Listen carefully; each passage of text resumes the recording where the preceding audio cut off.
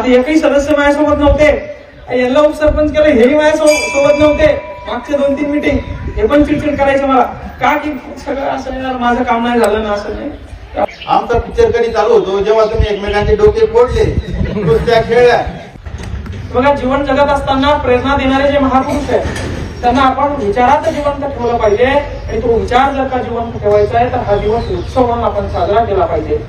गावामध्ये गावाला एक घर समजून आपल्या असलेल्या प्रत्येक समस्येवर निवारण करणं हे ग्रामसभेचं काम.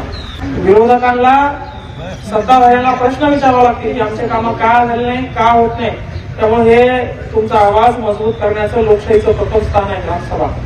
हे 2-4 महिने तीच कटकट. तिकडचे सदस्य म्हणायचे तुम्ही इकडचा उपसरपंच केला, आमचा काय विषय. इकडचे म्हणायचे आम्ही उपसरपंच आहे, आता आमचा काय विषय. हे 2-4 महिने या गोष्टीत गेले आणि मला ज्यापर्यंत ग्रामपंचायत कळायला लागली 6 महिने निघून गेले. पुलाचे कामं सुद्धा कॅमेरा लावून सुरू आहेत. हे सरपंच इथं नाही, परत वेळेवर म्हणायचं वाळू टाकली का, सिमेंट टाकलं का, कॅमेरा लावून काम करत येते. म्हणजे उद्या जर काही तक्रार मी केली सांगायचं हे बघा भाऊ तुम्ही हजर नव्हते, काम व्यवस्थित. एवढ्या जबरदस्त लेवलचं काम सुरू आहे. अतिक्रमण काढणं हा वेगळा विषय आणि रस्त्याचं अतिक्रमण काढणं हा वेगळा विषय. रस्ता ही दळणवळणाची गोष्ट आहे. रस्त्याला या ठिकाणी तुम्ही अधिग्रहण करू शकत नाही.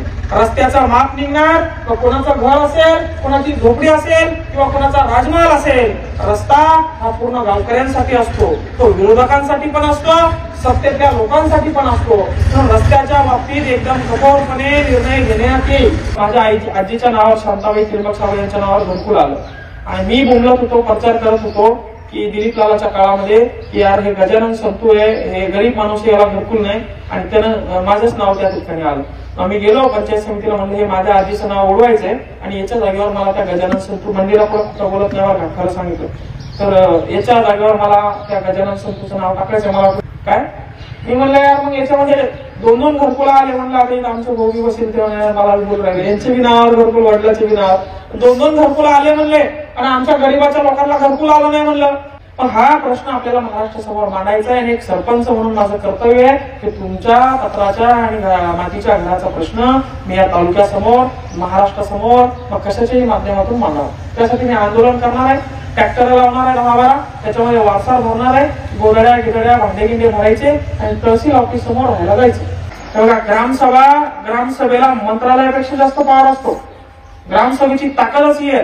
तुम्ही 4 लोक जरी इथं असले आणि तुम्ही 4 लोकांचा निर्णय घेतला की नाही उद्या असं करायचं, त्याला ग्रामसभा. ग्रामसभेत होणारा निर्णय म्हणजे लोकांसाठी घेतलेला निर्णय आणि शासकीय अधिकाऱ्यांनी, लोकप्रतिनिधींनी त्या निर्णयाला मंजुरी दिली आणि हा ग्रामसभेची प्रत तहसीलला, पोलीस स्टेशनला पाठवणार आणि त्याच्यावर काम होणार.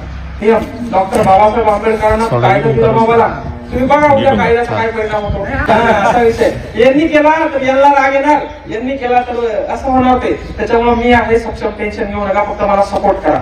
मला दगड बिगड मारायला आले ते तर तुम्ही या मला वाचवायला. हा टॅक्सचा विषय सगळ्यांनी आता टॅक्स भरायला चांगले आहे तुमचे नाही का.